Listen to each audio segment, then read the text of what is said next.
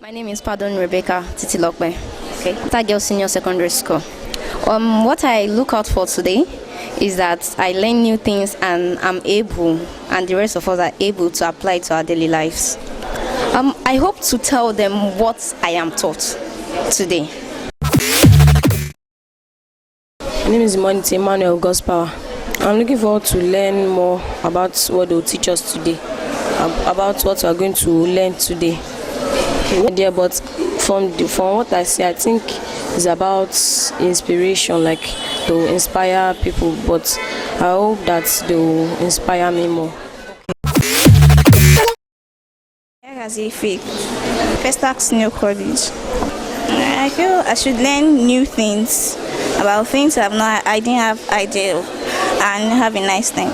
Learning new things.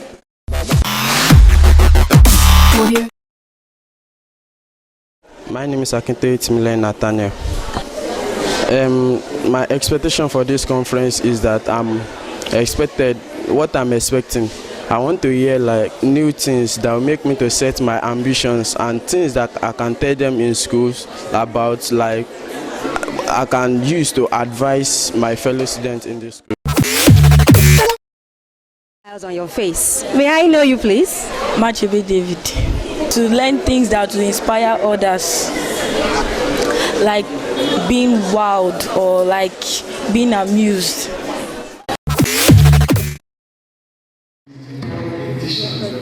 Of this conference in this local government.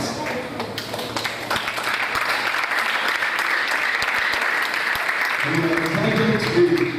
I welcome all the students, teachers, and invited them to come to grace this exciting conference. Several times we have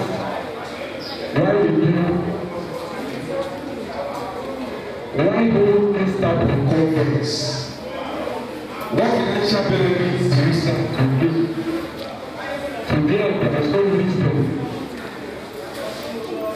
in it. But to us, as MindshIft partners, and to all who have provided us support from inception, we see beyond gold and silver. We see what they cannot see. We see the future. We see what transformation can take place in the lives of young men and women if and when they are exposed to the right information and knowledge, especially early in life. And so in spite of the hurdles and challenges, we persevere relentlessly pursuing our vision. You are those we saw when we conceived this vision. Our goal is to set your souls on fire, to birth in you a burning passion to achieve and arm you with skills and knowledge that will enable you to live a great life and impact positively your world. And here you are today, seated in this conference. I believe you are ready to drink from the fountain of knowledge and wisdom of all our resource persons. They have made huge sacrifices to be here. So I urge you, young men and women, ladies and gentlemen, to listen attentively, pay rapt attention, participate actively. Do not be distracted. There is so much to learn. I guarantee you that the time spent here will be wisely invested. One more time, I welcome you. Sit back and enjoy yourself. Thank you.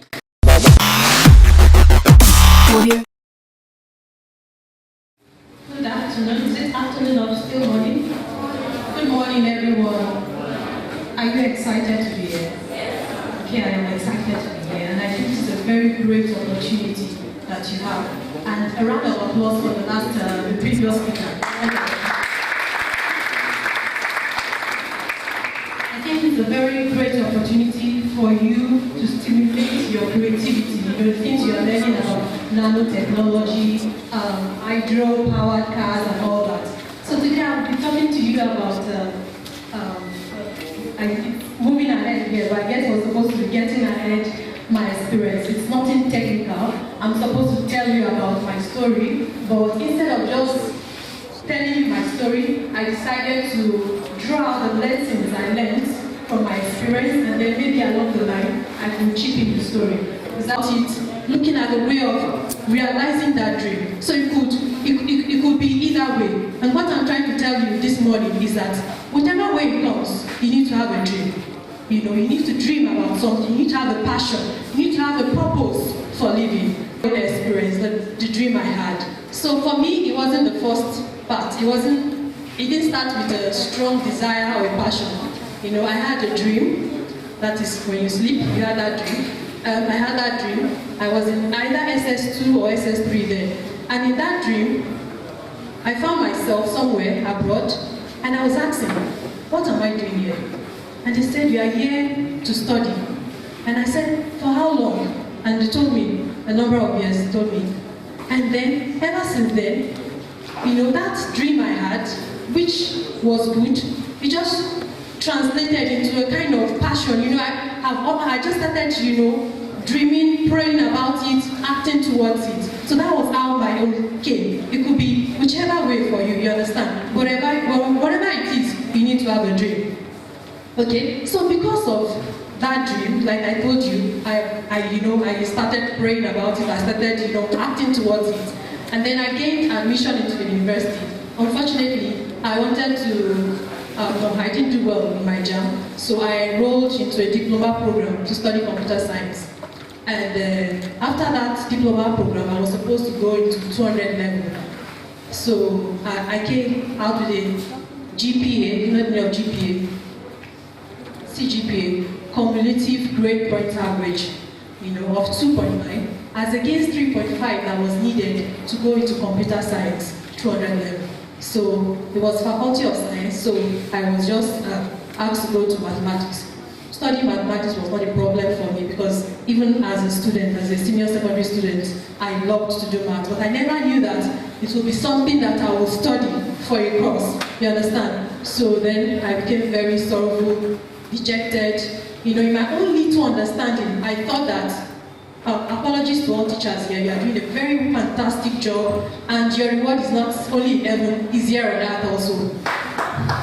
Thank you. My third year, I think either third year or fourth year in the university, my father used to work for a bank, and then the bank went into partial liquidation.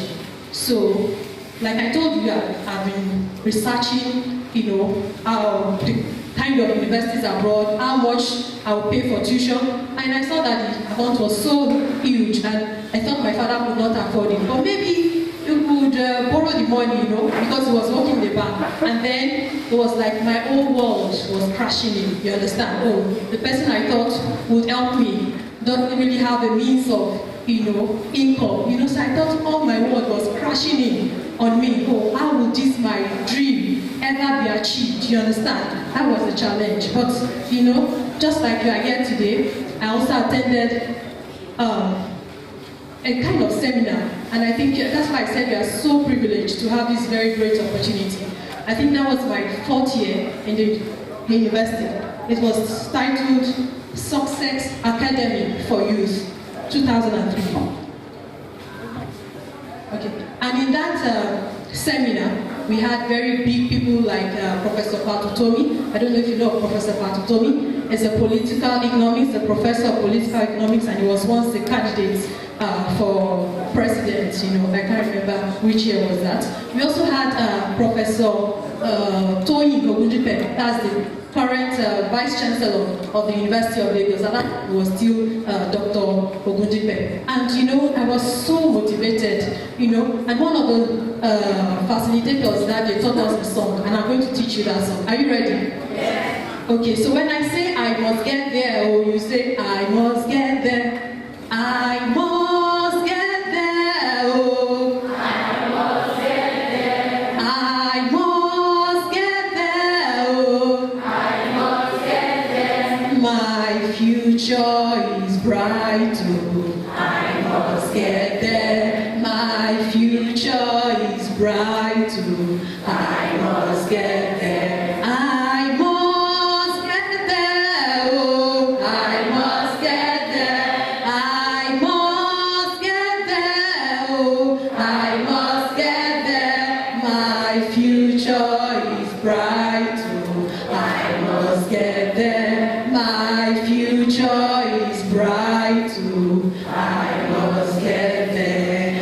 name is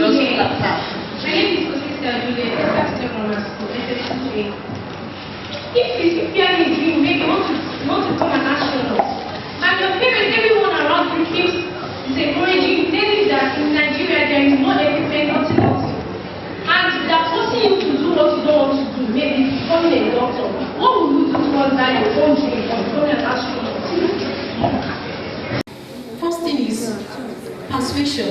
If you have the mentor, someone who understands or sees the way you see things, you can approach the person, explain your situation to the person, and if the person can approach your parents, explain to them in a better way. Now, there are two things. Your parents don't want to do. The second one is you don't think that we have that facility for you to be that in Nigeria. The first thing is that you can start with, okay, what are the courses related to, that course? For example, physics. You can start with physics. You can have a first degree in physics, and then explore opportunities. Maybe, there could be, if you do very well, there could be scholarship to study abroad, and from there you can do something, related to that. But my advice to you is that don't give up.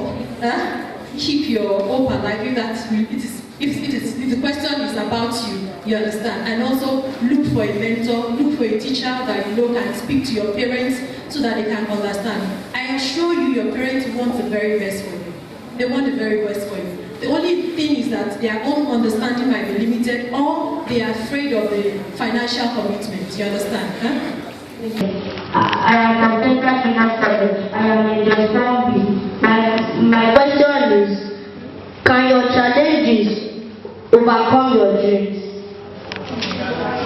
Overcome your dream.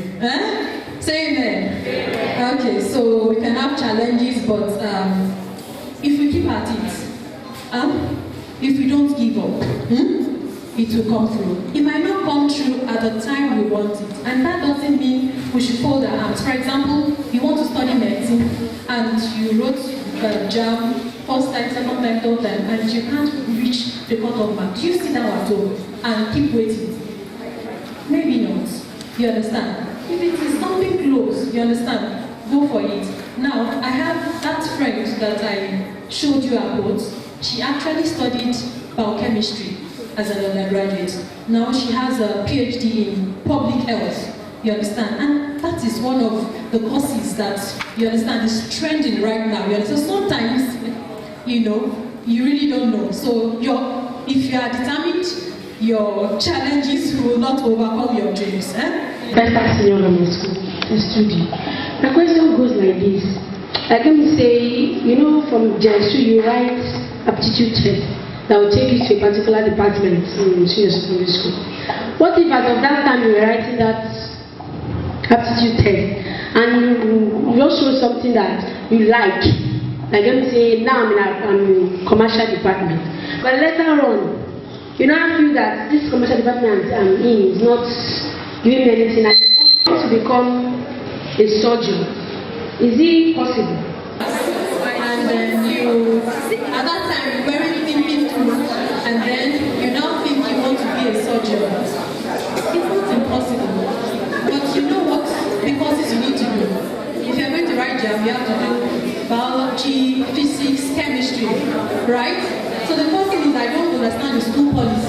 If you have to go back to SS1, you understand, so that you can enroll for those courses.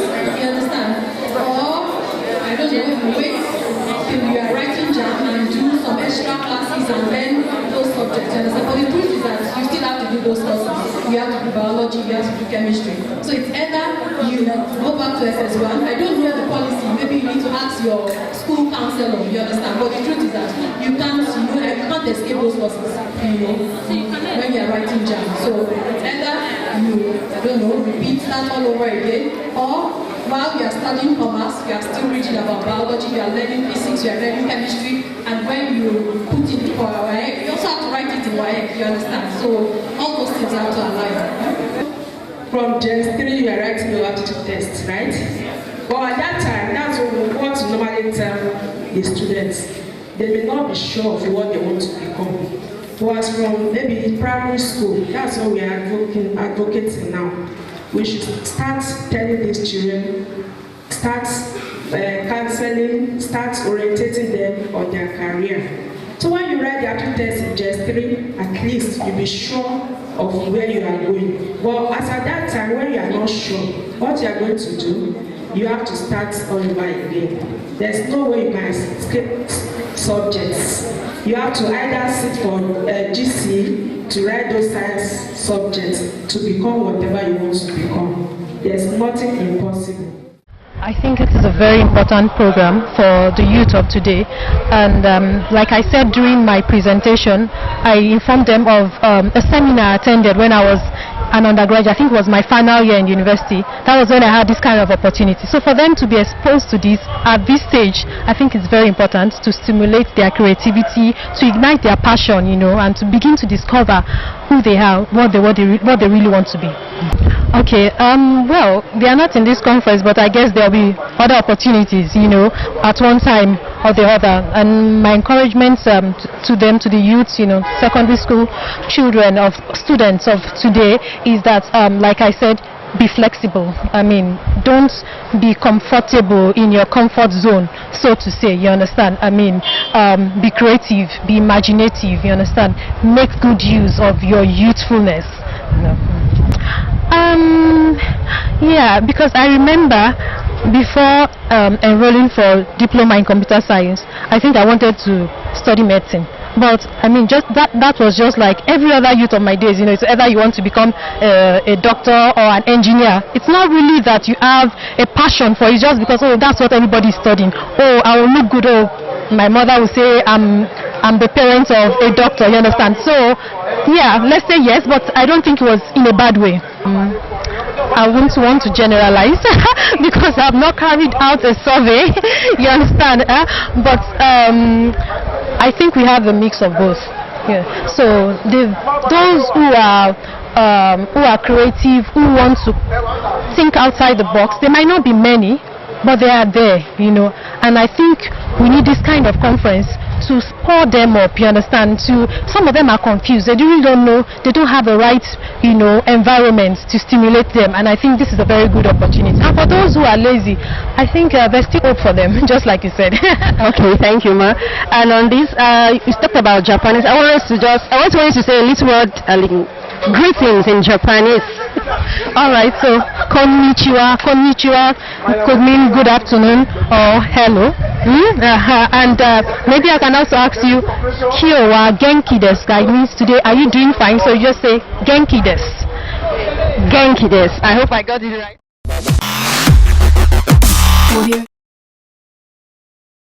His name is Mr. Olusegun Ogoro, and he's the managing partner of Petrol Management Services Limited, and he will be taking us on leadership. That's my name, Olusegun Ogoro. I'm going to be speaking on leadership in times like this. We know what time we're in, but what kinds of time are we in? We live in a highly globalized world. Globalized, implying that interactions are easier, implying that it is easier to make exchanges, implying that commerce. Imagine something 80,000 times smaller than the breadth of a ridge on a fingertip, unlocking a new frontier into cancer research. Nanotechnology, the science of building small, is changing the way we look at cancer. More importantly, the way we look at diagnosis and treatment. Nanotechnology allows researchers to build new tools that are actually smaller than cells, giving them the opportunity to attack cancer at the cellular and genetic level. This technology not only enables health practitioners to detect cancer earlier, but also holds the promise of stopping cancer before it even develops.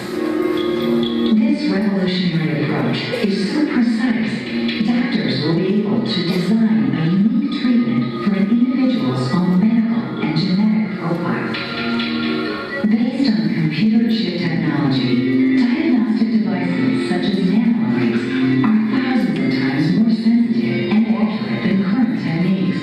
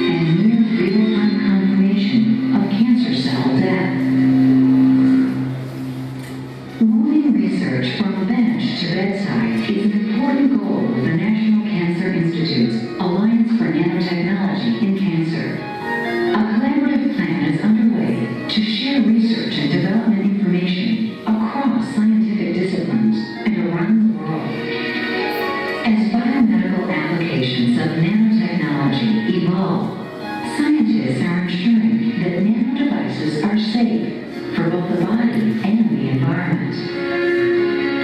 The National Cancer Institute is optimistic that through coordinated and responsible development, nanotechnology will dramatically change cancer patient care.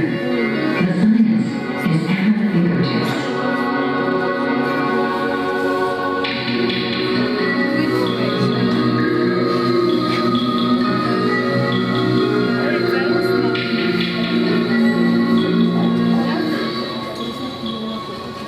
Okay. The truth of the matter is that you can have somebody carrying out a particular experiment A. You saw the Chinese guy speaking in that genetic engineering video. There are other people doing such experiments secretly. He just came out. It's called first mover advantage. I know you can be carrying out an experiment A in a particular location here, and thousands and thousands of miles away, somebody is carrying out the same experiment. So you've got to be willing to collaborate. You don't have all the answers. Agility and adaptation. Speed. You don't move, someone else will move. Then you've got to, be flexible. Adaptability means flexibility. It doesn't really mean compromise. It means being flexible. It means you are not rigid. You want to go to your lover. The Badagry Express Road has problems. It's bad. Let's look for other means. You are saying no, you must go through the Badagry Express Road. That is being rigid. You must find other means. Get there without making compromises. Initiative and entrepreneurship. You must think in terms of like a business person. What are the benefits? What are the costs? Then you must communicate effectively. Agility and adaptation. Speed. You don't move, someone else will move. Then you've got to, be flexible. Adaptability means flexibility. It doesn't really mean compromise. It means being flexible. It means you are not rigid. You want to go to your lover. The Badagry Express Road has problems. It's bad. Let's look for other means. You are saying no, you must go through the Badagry Express Road. That is being rigid. You must find other means to get there without making compromises. Initiative and entrepreneurship. You must think in terms of like a business person. What are the benefits? What are the costs? Then you must communicate effectively. Now there are two problems with communication. While communicating, the message can suffer two problems. The first one is being lost in translation.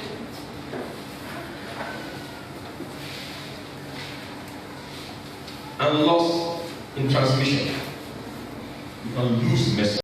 What of if the leader now thinks that he is higher than everybody, that he cannot ask me a question, how will you take yourself to ask him? One of the things you really talk about is types of leadership. If you have an individual that is so full of himself or herself, that believes that they know all individual, that person is probably a dictator. Yes, authoritarian dictator. Believes that you do what I say, don't question anything I say. If you're in that kind of situation, you have two choices, depending on the setting. The first thing is that how did that leader get his authority? If it's in a workplace, you have to job, you need to feed your family, you have to do what that leader says. But if that leader got that authority by consensus of the people, then you move to ensure that you move it. Do you understand? If you are, God forbid, you are a good president, but if you are a dictator, you all choose you as a managing director. Your style is do what I say. Because we have to be there, and we have families at home. We'll be doing what you say while we are submitting our CVs elsewhere to escape your terror. Many of my age mates in abroad, because I do research a lot, many of my age mates in abroad, they have a way of making money by doing websites, doing surveys, and so on and so forth. But in a country like Nigeria now, when we're talking about poverty, they tell us you can get a job. If we do, some of our youths, when we finish university and apply for a job, we get turned down, and that's why we see Agros and bus drivers. Why is it not that we actually introduce the way of the mobile market and teaching people how to invest, how to put their talents to show and do things online, because that's where the world is going to. So how do we cope the way of teaching students how to think and not what to think? That's my question. The truth of the matter is that there's a peculiar problem with Africa. From my work and my studies and everything, when you get to the university, for let's start with secondary school. Any indigenous textbook you are reading, the textbook written by a Nigerian, you are reading the textbook. It's probably written by a professor or doctor or PhD. Now, when you get to the university, especially if you are studying science and engineering, rarely will you get a textbook written by a Nigerian professor. Really.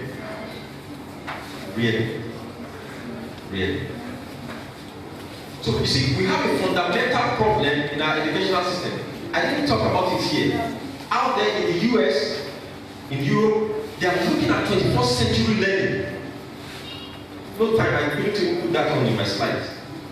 21st century learning. How do people learn to solve problems? Because the truth of the matter is that if you are going to school, you are getting educated, your education should impact your environment. Not just to go and get 20,000 naira every month. Come back here, I went to school. 20,000 every 30 days, make a big no. The question is, education is supposed to help you get to a point where you can solve problems. Do you know that we can't even build our roads? Japan doesn't have mineral resources. They import everything but they make cars. They are ahead with technology. In Nigeria, we have oil, we have gold, we have all sorts of things. We can't even make a flat sheet. We have thousands and thousands of professors. I don't want to go into a particular debate, but the question, you are right, the question is our educational system. Then from my studies too, I observed that many times in our university, the lecturer does not change his notes. He can use the same note for 5 years. I know that. But take a foreign example. A foreign exam as an example. I was doing ACCA. I wanted to be an accountant some years ago. So I did ACCA. Every year they change the textbook. The curriculum is changed. I don't think the same thing applies to ICANN. I don't think so. So there's a fundamental problem, and that problem is with policy.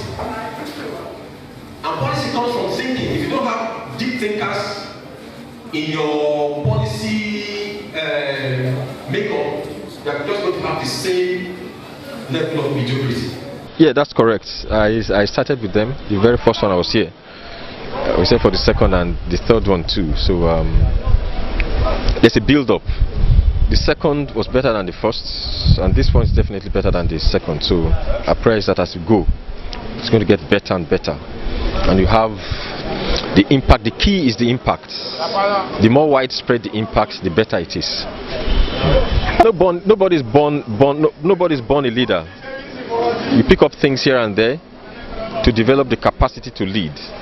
And the earlier you begin to infuse these things in the youth, the better it is. So I think this is a key program when it comes to youth leadership skill development.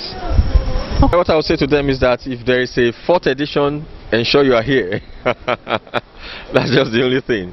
Ensure you are here for the 4th one so you can learn what your classmates, friends and colleagues have been hearing all this while. Okay, The title of my talk was Leadership in Times Like This. And what I tried to do was to define the times we are in by looking at developments across the globe. So there are about 6 videos. One of them I showed was on robotics, genetic engineering, nanotechnology. If you watch those videos closely, you discover that there's a strong focus on what they will call in the US STEM, science, technology, engineering and mathematics. For us to really get to that level where we can say we are truly contributing to science and technology, there has to be a policy shift. And policy is in the domain of the government. We need thinkers in government, thinkers that will formulate and implement policies that will reorder our educational system towards STEM subjects, science, technology, engineering and mathematics.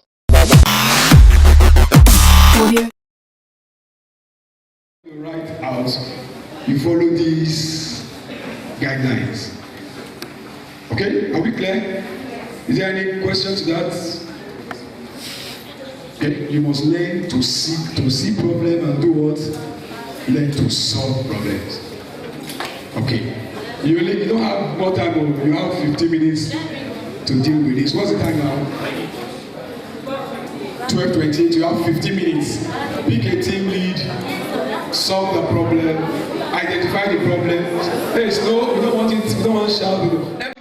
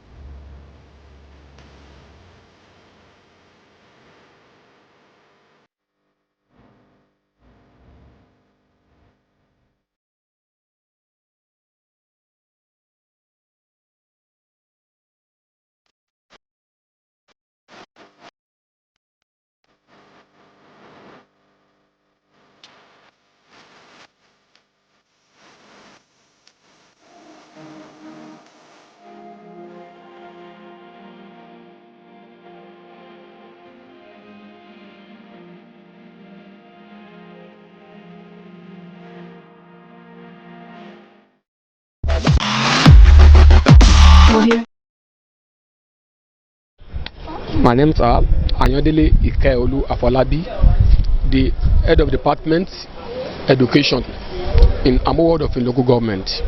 Honestly speaking, the program is very good for the purpose in particular.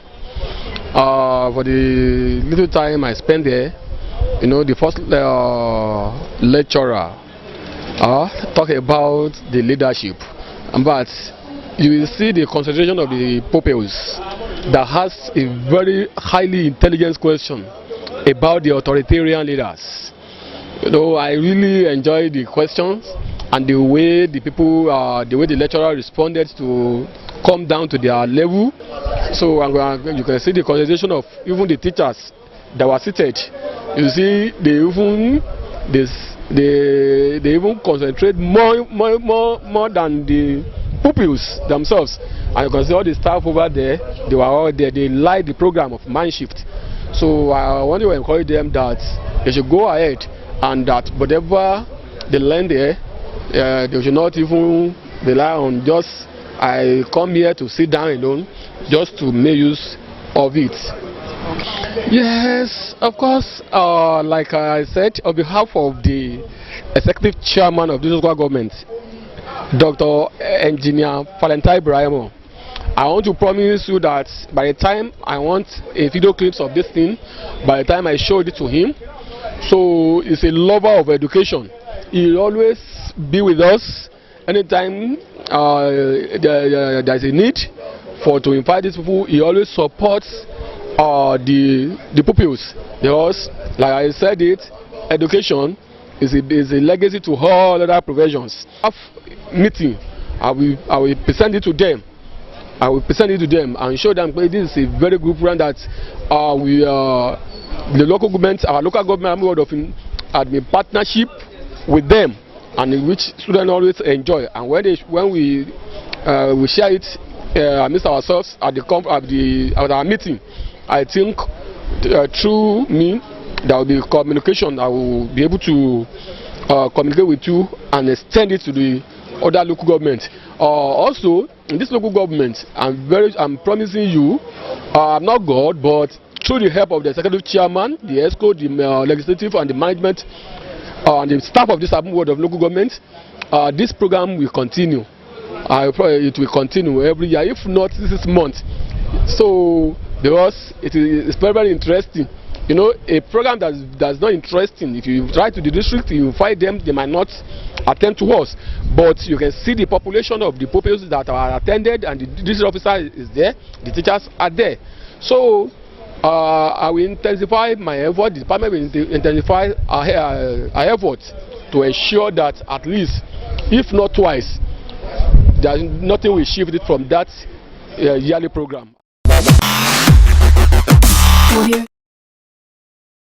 Very much. I hope you've had a nice time so far.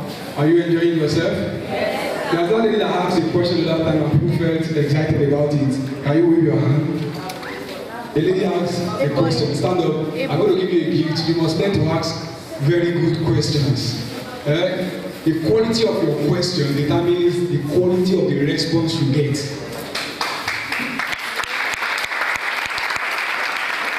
It takes somebody who thinks deeply to be able to ask deep questions. And when you ask deep questions, you get deep answers. So I will encourage you to ask deep questions. Okay?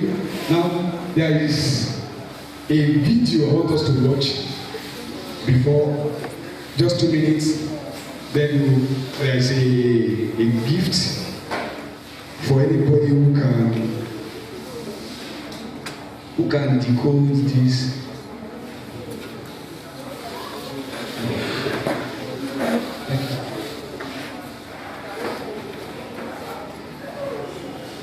Yes, about 2 minutes.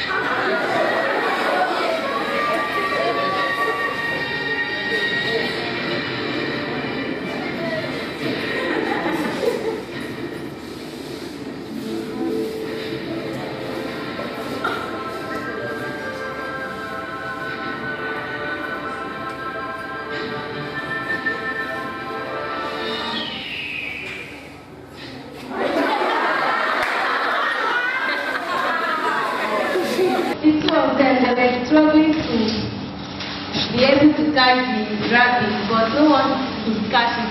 If the other one is coming to catch it, then the other thing, the rabbit will see another one. You are telling me the story. I watch it with you now. Okay, let's hear somebody. 2 boys, 2 girls. I think they are trying to show the level of their thinking using the technology they can apply to be able to get the attention of the let's clap for her. Let's clap for her. One poem for her.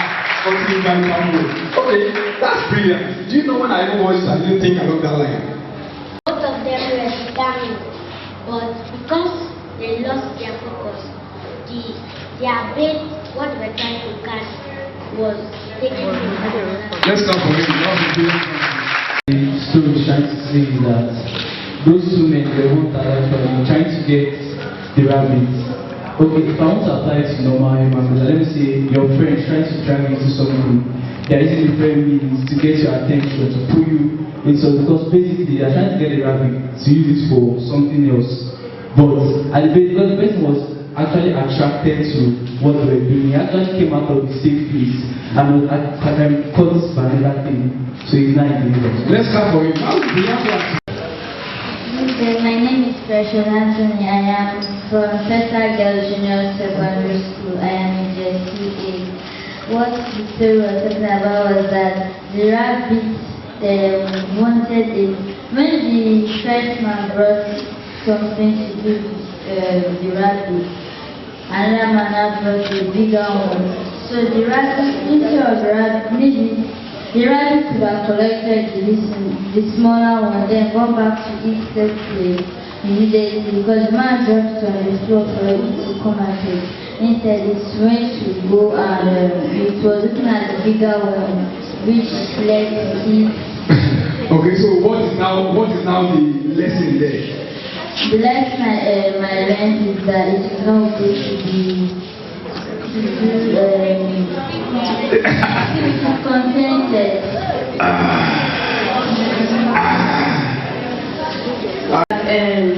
Those women, I think they should have tried to share the rabbit, because obviously please, let's go for him.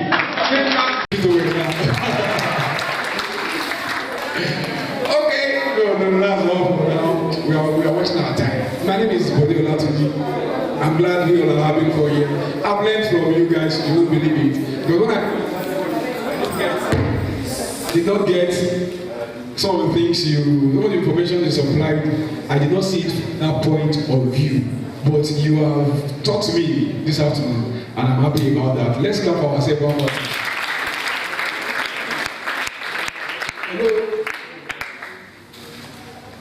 So, I want to ask us a question. Briefly, my talk is short.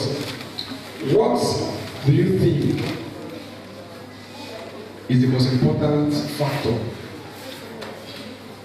for success? Okay? I'll take maybe 2. If you have not spoken before, let me ask those who have not spoken, so that if you have not spoken before, okay?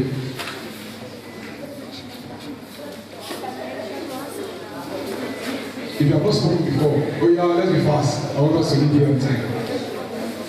1, just 1. The most important factor. Determination. Let's clap for him. Okay? I think we should dare to be different, and we should be patient. No, I said 1 now. I will give you 2 words now. Okay, like you, okay?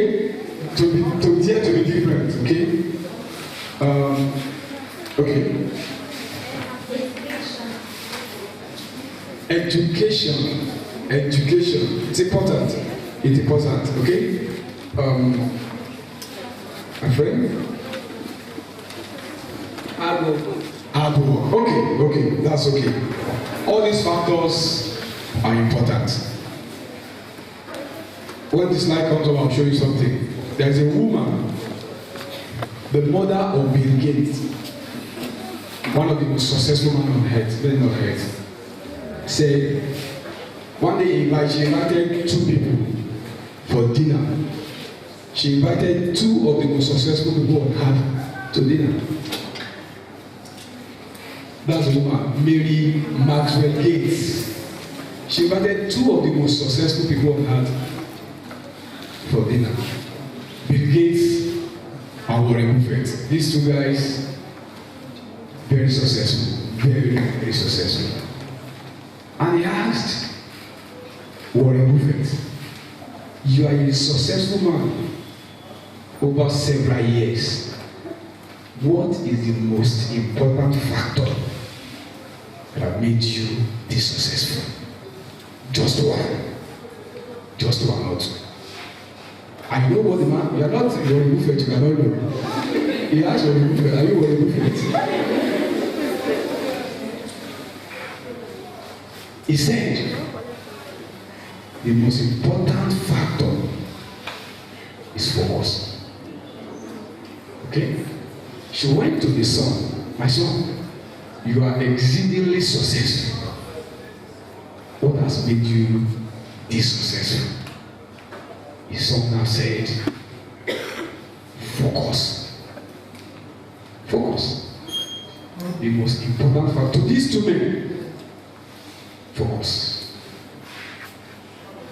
What is focus? Definition is to give special attention to one particular person or thing. To give special attention to one particular person or thing, it is to what? To concentrate. That video you watched, one of the lessons we learned from it was that the two people wanted to catch the rabbit. They lost sight of what they were out to gain, and they were doing what? They were fighting. And so somebody came from nowhere, took it. They lost focus. It means withdrawal from some things in order to deal effectively with others. That means there are several things you can be involved in. There are several things you can engage yourself in. But if you want to be outstandingly successful in life, you must withdraw from several other things. Now, you may say, okay, it's easy to withdraw from things that are not good. We are never telling you withdrawing from things that are not good now. Those things too, they are good. They are good. But if you want to make headway, you must look at all of these things and say, okay, I'm withdrawing from all of this so that I can give attention to this. That is where most of us have missed it, honestly, including myself for many years. Trying to do so many things at the same time. Dissipating energy and effort and resources to do several things, while instead of narrowing it to just few things and giving attention to that. In 1400s, this word was what we have in the dictionary: priority. There was nothing like priorities. No plural for this word in 1400s. It either is a priority or what? Or it is not. But 500 years later, some people edited the dictionary and included priorities. That means that you can have more than one priority. I wish they have left it as priority. But when people can still accommodate 3 priorities. But when I ask you to give me a list of priorities and you are giving me 10, 20, what does that mean? What does it mean? Now talk to me. You don't have priorities. Is that what it means? That's what it means. It means you don't have priorities. The main thing, Stephen Covey, the writer of 7 Habits of Highly Effective People, he said, the main thing is what? Is to keep the main thing. Can you say it? The main thing is to keep the main thing the main thing. Does it make sense to you? So you must first identify the main thing and make sure it remains the main thing, and you keep it the main thing. But most times, we don't do this. And that means focus. You know this instrument? What do they call it? Magnifying glass. What does it do? Brilliant. And what else? That's the major thing, right? But you see this instrument you are looking at, if you take it outside where there is sun, and you take a sheet of paper and you run it like this on it, be there for 1 hour, what will happen? For 1 hour, what will happen? For 1 hour, what will happen? Nothing will happen. Nothing. Just be doing like this for 1 hour, nothing will happen. But if you take it and put it on a sheet of paper, just a spot, just let it remain on the spot. In less than 5 minutes, it will catch fire. Yes. Why? Because this instrument has the capacity to draw sunlight, sun ray, and it will concentrate it on that one point. So the power, the heat that it has accumulated, being pointed at the spot, we do what? We make that paper catch fire. But if you are spreading it like this, nothing will happen. That is the power of focus. That's the power of focus. That's the power of focus. So when you want to make a fire with your instrument, what do? Focus. Some of us have not been able to generate fire. Why? We are doing like this. We are doing like this. You are there, you are here, you are there, you are here. Some truths about the mind. The mind has limited attention resources. Do you know if you are in a class and the teacher starts teaching you for 40 minutes, what will happen? You start losing interest after a while. Why? It's not you. It's not because you don't want to listen. It's because your attention is, your capacity to pay attention is limited. It drops with time. So, because people have known, successful people have known that, they do what? They learn to focus. Because you don't have all the time to be attentive, to concentrate. So we do not have enough mental capacity to do all the things that we can do. We don't. Focus, that's the acronym. Follow one course until successful. Follow one course until successful. Please, I have to run. You want to write? Follow one course until successful. Focus. Yes, follow one course until successful. Okay? So let's go. Have you? There's a proverb about this. Do you know that proverb? Someone, there are Yoruba people here, there are Igbo people here, there are Hausa people here. You must know proverb. Yes, there are. Somebody must tell. There's a proverb. Take. Pursue two right, you look the two of them. Give her one to. If you pursue two rats and multitudes what will happen? You will lose the two of them. But if you focus on one, there is the probability that you will get. You can pursue two rats at the same time and catch one. Two of them will escape. That is focus. You see this? There's a laser light, there's a flashlight. You see the flashlight? Both of them generate light. But one is coherent. The other one is what? Scattered. Touchlight, what they call it, the right word is touch and light, not touchlight, but it's touch and light. Is not what? You see it, the way it's just spreading. Doesn't have focus. But look at the laser. Coherence, cohesion, not scattered. Focus. You see it? The laser is like this. Soldiers marching precisely in the spot, but a flashlight scattered like this. So what we are saying is that if you are focused, you are like trained soldiers.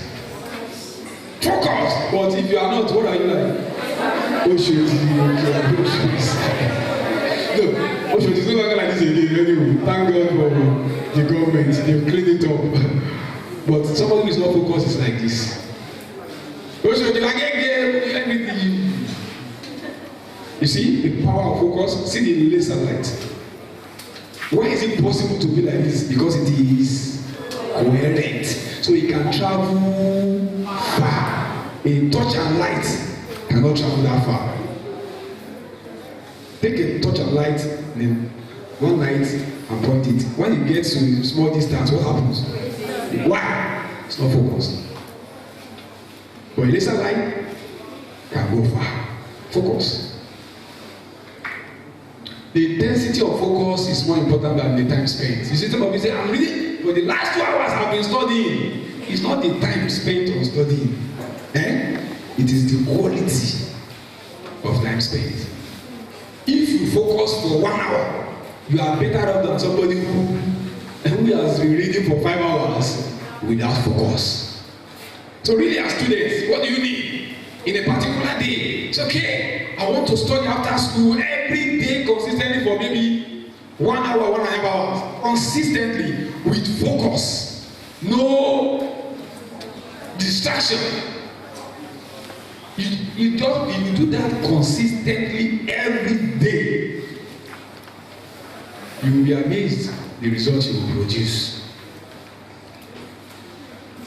Doing one thing gives you extreme focus. This focus can be channeled towards the tasks that lead to mastery instead of trying to dabble into lots of unrelated passion.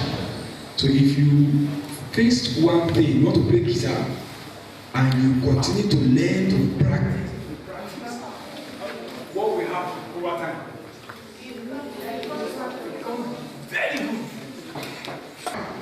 You discover that you stand up and again. Why? Because you have recharged your battery of concentration. Or you can take a shower. Don't take a shower. Yes. And when you return to the book, you discover that you start because you have exhausted your capacity to learn at that particular point. You need to do what? To recharge. So you can take a stroke, just do something that will take your mind off. There's something called, is it Pomodoro? They call it Pomodoro. What does it mean? It means if you are doing a particular task, you do it maybe for 45 minutes or 50 minutes, you stop. You do something unrelated to that task for about 10 to 15 minutes. Then you come back to that task again you were doing before, spend another 45 minutes again, take a break, go and do something unrelated to that. That's how to deal with concentration. It will help you. Take your mind off it, go and do something else, then come back to what you are doing. That time that you have taken away from it will help you to recharge your battery. Okay? Any other question? Okay?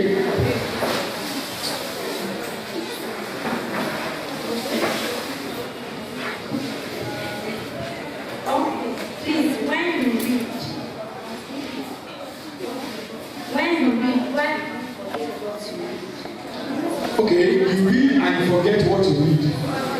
Okay, I think the reason is because maybe you did not really understand. You did not understand what you read. See, the problem with us when we learn is that we don't understand.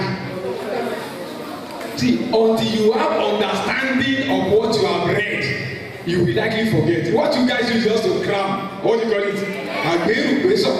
You just put that, make I just go write this and come out. As soon as you pour it down, you don't forget. See, but if you understand what you have been taught, 20 years time, you will remember. You will remember. And see, my son is here. I always tell you, when you go to school, let your teacher know you as a troublemaker. Ask questions. Excuse me, ma'am, this thing you have just taught us, how does it apply to the real world? See, anything you learn that you cannot apply to the real world is useless. That's the truth. Anything you learn that you cannot apply, that does not have life application, does not make sense. So why do you learn those things? It's so that you can use them. Oh man, you are teaching me this now. I understand. Please, what is the application? So once you know it, you will get a better understanding and you don't forget the concept. But what you do is just cram. What is physics? Physics is study of either of you to ask, excuse me, ma'am. And I understand this definition. How did they arrive at this definition? Ask difficult question. It will provoke your teacher to do what? To give you answer beyond what he or she has prepared to give at that particular moment. But if you don't ask question, you assume you already know. That is why you read and you forget, because you have only crammed all your question. Okay?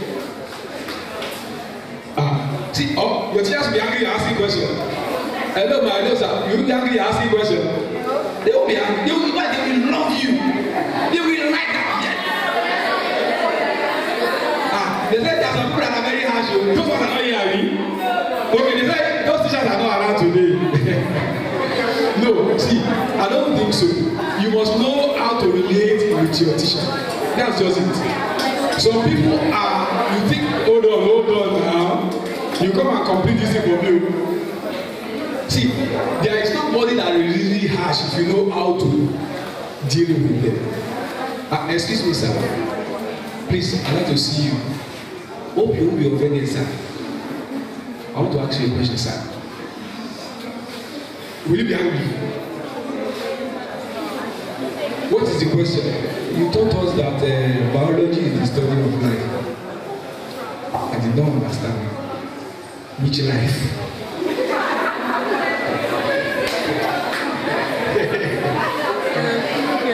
That was please let me just say one or two more questions I want to close. But when you change your priority, what will happen? Your life will change. Once you change what is your priority, automatically your life will change. So you want to change your life, your results, you change your what? You change your. See this man, you know this man? Bruce Lee. You know what he said? The successful warrior is the average man with what? Laser-like focus. Even as a warrior, you need what? Focus. You need focus. An average, look at it. Is that means the person who is a successful is not a superwoman. No. He's not a genius. No. He's an average man like you and I. What has made him or her more successful than others is what? Laser-like focus. So let nobody say, I was not born brilliant. That's not true. Focus, you'll be brilliant. Look at what he said. I fear not the man who has practiced 10,000 kicks once. 10,000 different kicks only once. Say, but I fear the man who has practiced one kick 10,000 times. Do you understand it? This person has only been practicing one kick 10,000 times. Can you compare him to somebody who just practiced 10,000 kicks only once? That one kick that has practiced 1,000 times can kill somebody. That is the power of focus.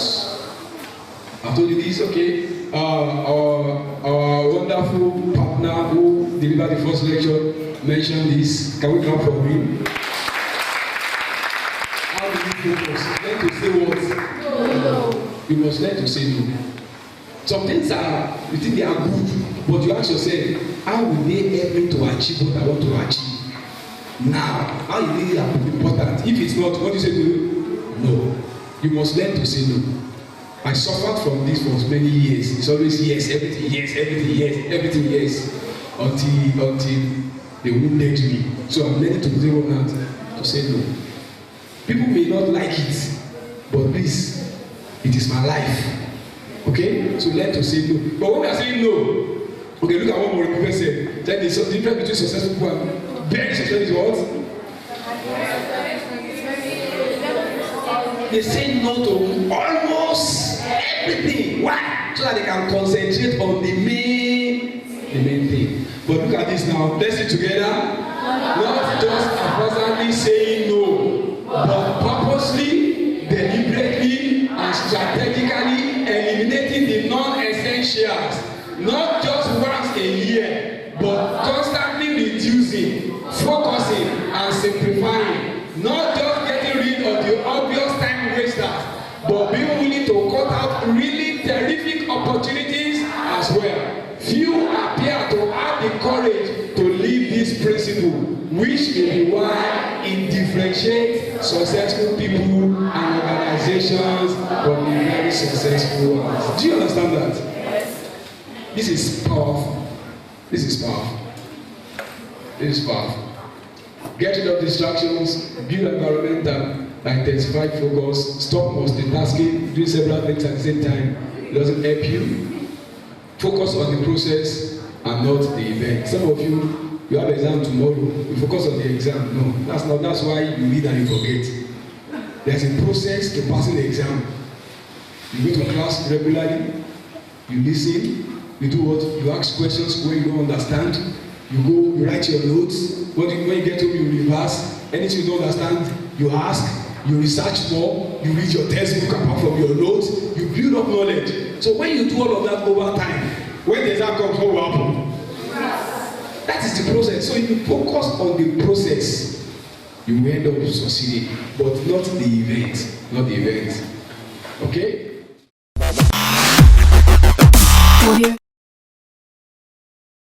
My name is Peter Kundes. I'm from First Girls Junior Secondary School. I'm just 3B. Drug abuse can be defined as the excessive taking of drugs, which is not described by the doctor, which can either be underdose or overdose, that leads to abnormal function of the human organ. First Junior Grammar School. I'm in JS 2D.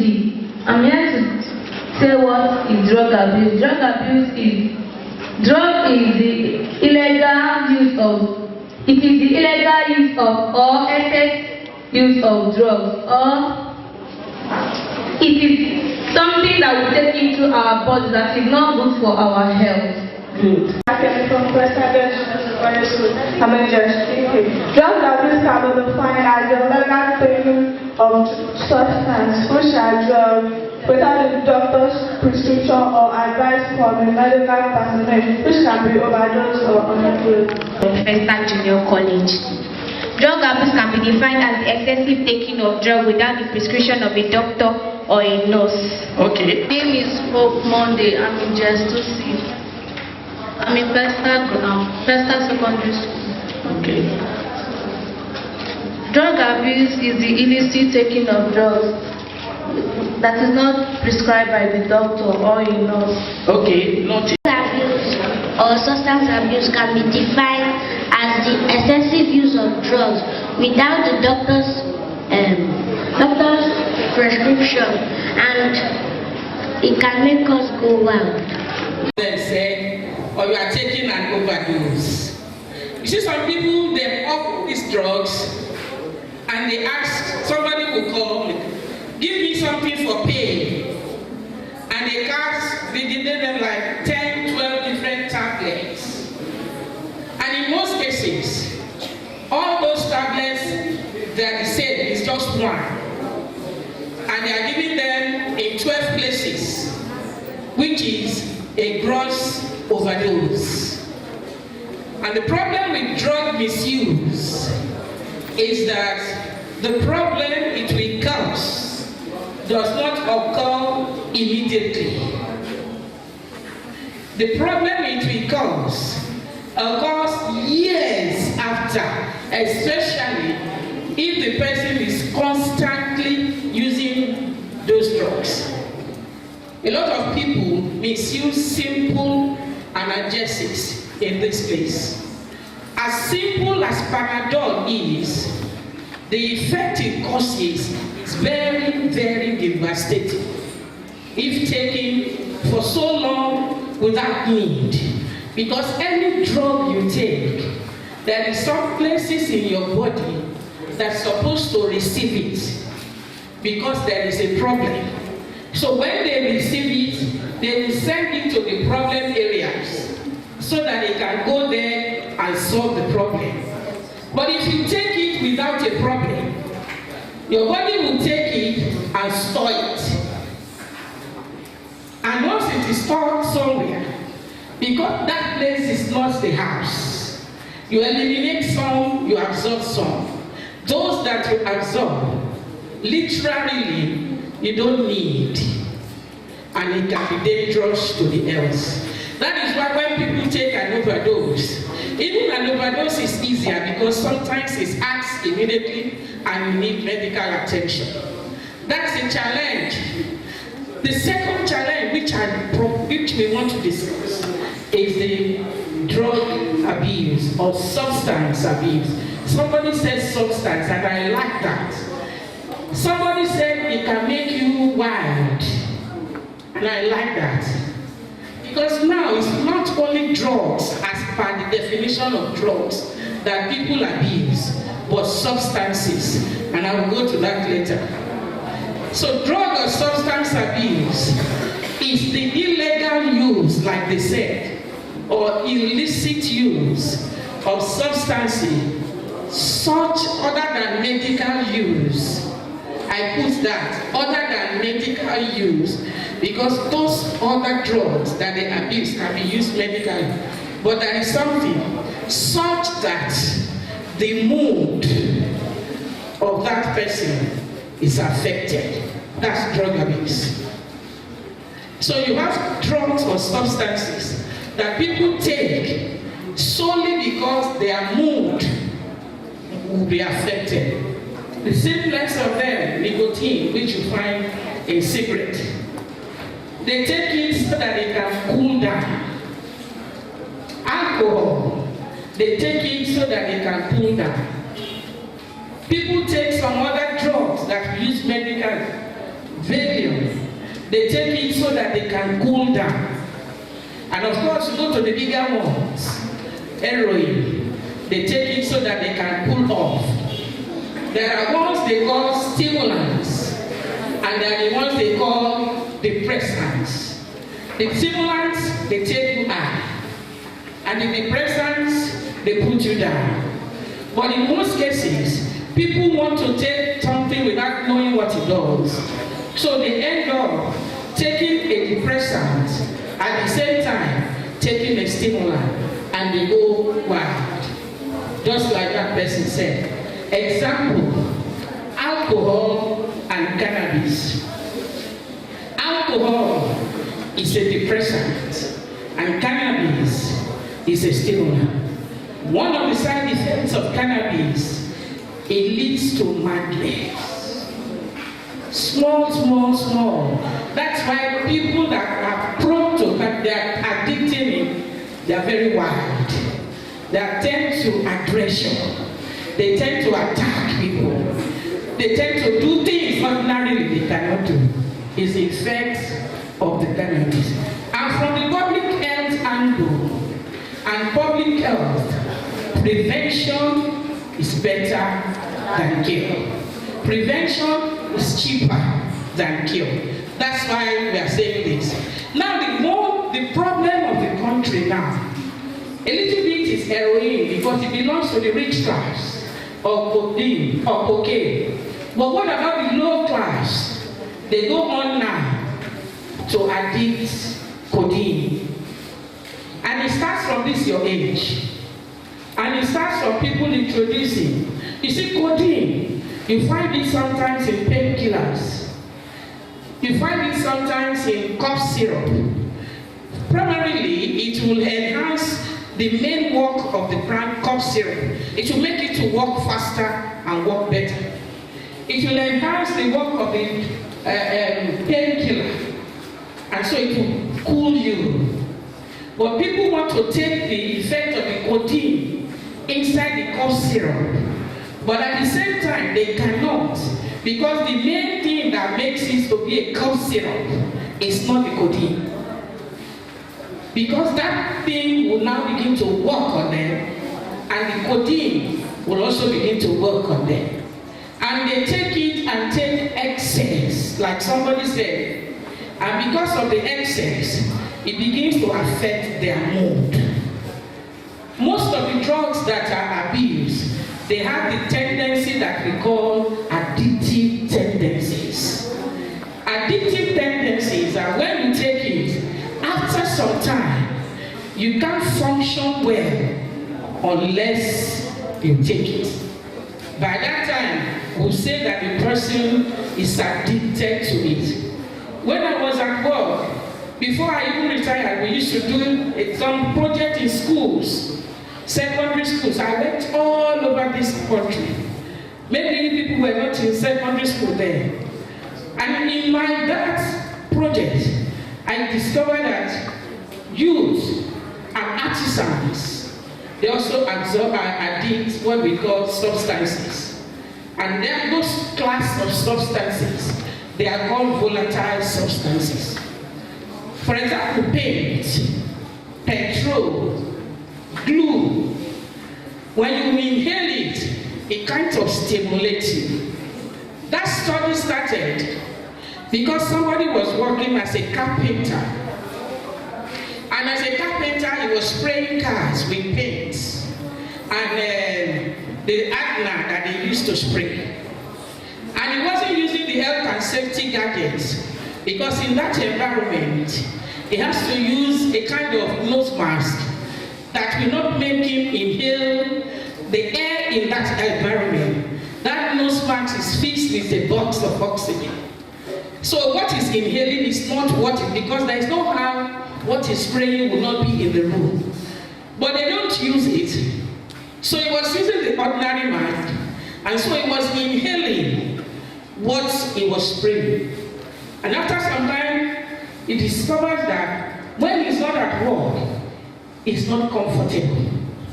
He has aches, he had pains, he couldn't sleep, he could not do anything. But when he gets to his office, his shop or whatever, he was beginning of the study there with UNDC, United Nations Home on Drug and Substance Abuse. It was discovered that a lot of them, unknowingly, were inhaling that and getting addicted. But later, it became things that people, if they can't afford the big one, they can afford petrol. And then they begin to sniff petrol. They begin to sniff and use a lot these days. They do that. I just want to advise you as a mother, as a grandmother, as a pharmacist, as a consultant pharmacist, that whatever it is that your mother cannot give you, don't take it from anybody.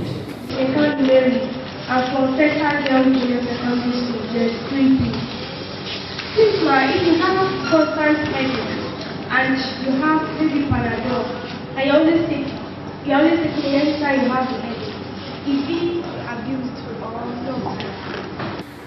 If you see the packet of Panadol, you will see written on it, if symptoms persist after 2 days, consult your doctor, so that you don't misuse it. Sometimes the headache might not be what Panadol can cure.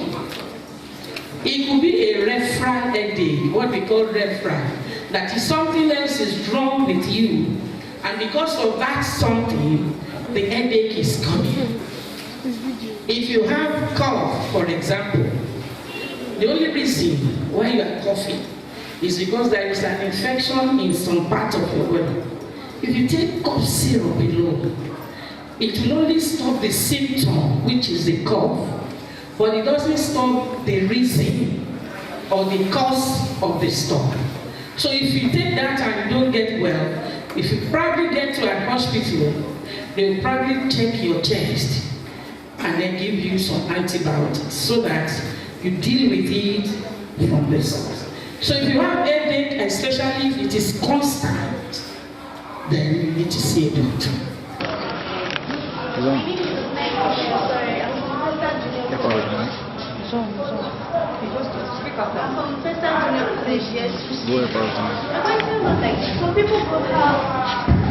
people have different kinds of pain. It can be menstrual pain, back pain, waist pain, any kind of pain. But again, for example, now menstrual pain. some people don't like taking painkillers because they feel it affects them. For example, like me, I don't like to take painkillers when I'm on because I feel dizzy at times, it weaks me down. So is this a form of abuse if you take those kinds of drugs when you're menstruating or? Not as long as when you take it stops. And then you know that it is your system reacting, that's why you have the pain. And then after some time, when the period goes, it will go. And such things, the Panadol alone will relieve you each time you have, because there's another medical issue associated with that. When you get to a point in life, you will not do it. I don't want to go to the full details. You can take the paracetamol to make you comfortable, because some people can be so uncomfortable during menstrual. Some may not even be going to office or to school. If it is a serious endometriosis, they may not be able to function. That is another issue. But if it is just a mild, you can take it to relieve you. And then after the period, by the time you take it for 2 days, it must relieve you. Then when you finish, it's just that the next month, you're going to be having it again. It is not that, you have a pain and it will go. And that is not an abuse. But if it affects you when you take it, then you don't take it. Because sometimes when you take a drug, you will see caution on it. That if so happens to you, stop it immediately. That because we are a bit of different system, and your system may be reacting to that drug.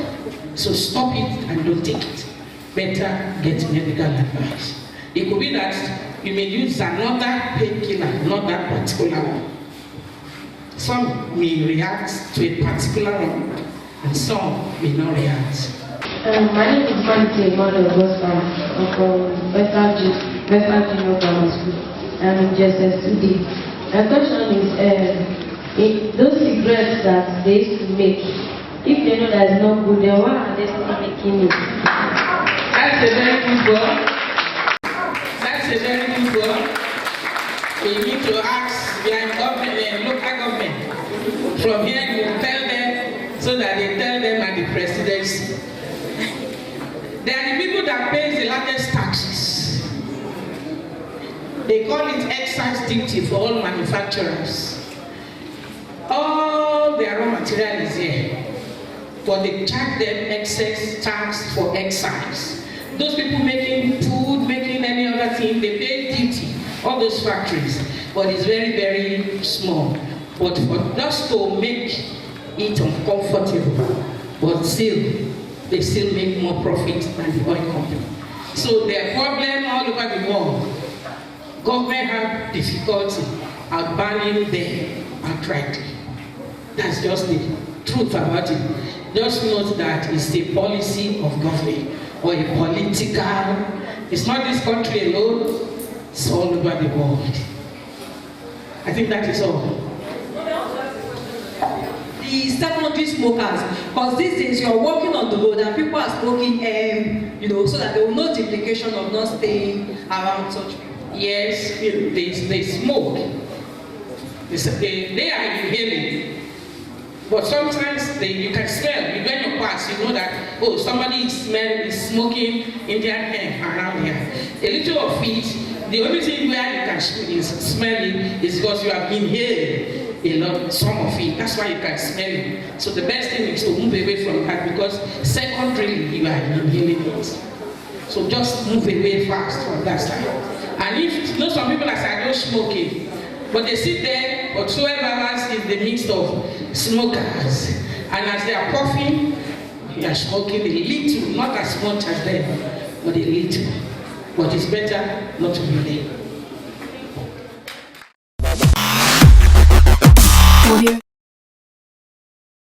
Well, it was wonderful. It was exceptional. It's not like any program I've gone to before. They were very good. It was nice. It was very inspiring. I want to tell my friends and people that are not opportune to be here that outside the confines of an academic institution, you should know that the power to be you lies within your hands, and you are the maker of your destiny. So no matter what you do or what you go through in life, you should always remain focused, because that is the main key to a successful life.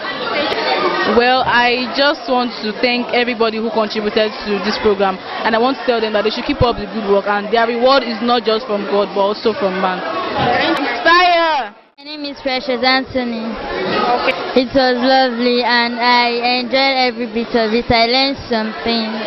I learned that it's good to be focused and that you should be a good leader and a good follower too.